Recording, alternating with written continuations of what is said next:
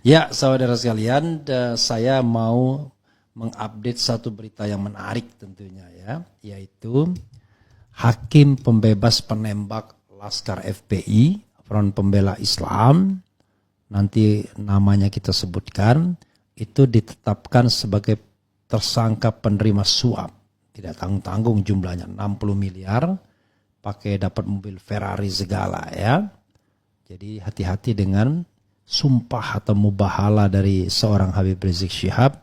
Kelihatannya mulai menemukan hasilnya.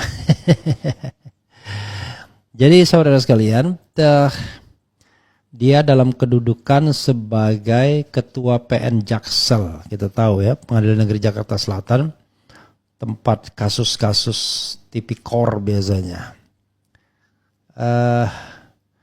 Karena keberadaan KPK yang di situ mungkin ya. Coba kita lihat dan kita bacakan ya, orang ini yang pernah membebaskan penembak Laskar FPI dan dengan santainya 6 orang free, gratis ya.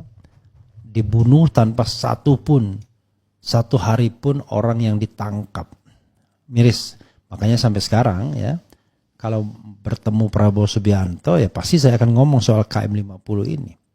Kan jelas ini masalahnya.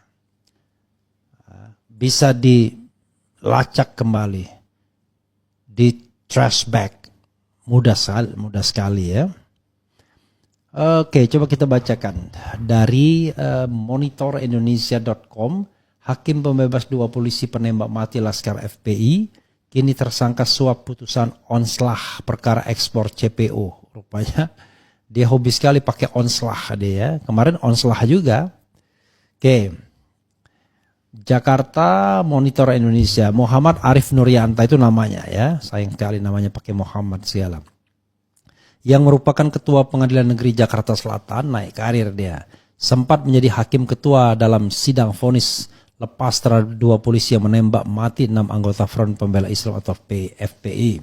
Arif kini menyandang status sebagai tersangka korupsi suap untuk memutus bebas 3 korporasi terdakwa kasus ekspor crude palm oil CPO di Pengadilan Tindak Pidana Korupsi Tipikor pada Pengadilan Negeri Jakarta Pusat.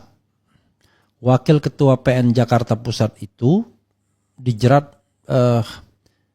Wakil Ketua PN Jakarta Pusat ya.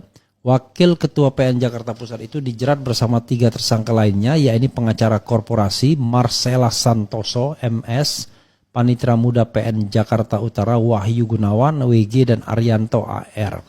Penetapan status hukum itu disampaikan Abdul Qohar, Direktur Penyidikan Jaksa Agung Muda Pidana Khusus Jampitsus Kejagung Sabtu di Gedung Kejagung Jakarta Selatan.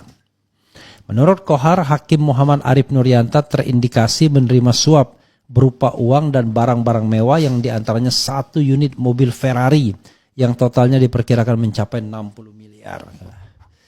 Suap itu diberikan AR dan WS, pengacara dari pihak korporasi melalui WG, supaya putusan perkara ekspor CPO lepas dari segala tuntutan hukum atau istilahnya onslah. Dalam sidang putusan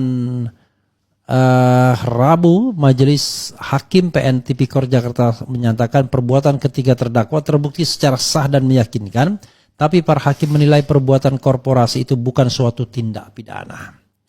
Penyidik menemukan bukti MS dan AR melakukan tindak pidana suap atau gratifikasi diduga sebanyak 60 miliar.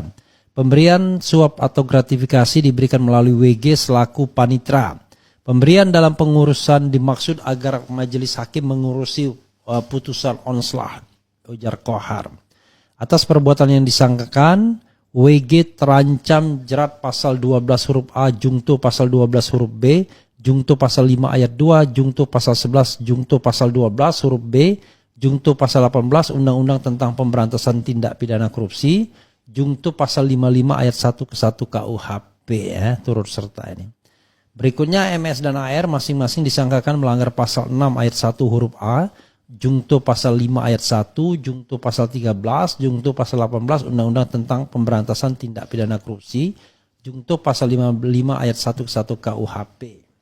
Sedangkan MAN terancam jerat pasal 12 huruf C, jungto pasal 12 huruf B, jungto pasal 6 ayat 2, jungto pasal 12 huruf A, jungto pasal 12 huruf B, jungto pasal 5 ayat 2, jungto pasal 11, jungto pasal 18 Undang-Undang tentang Pemberantasan Tindak Pidana Korupsi, jungto pasal 55 ayat 1 ke 1 KUHP.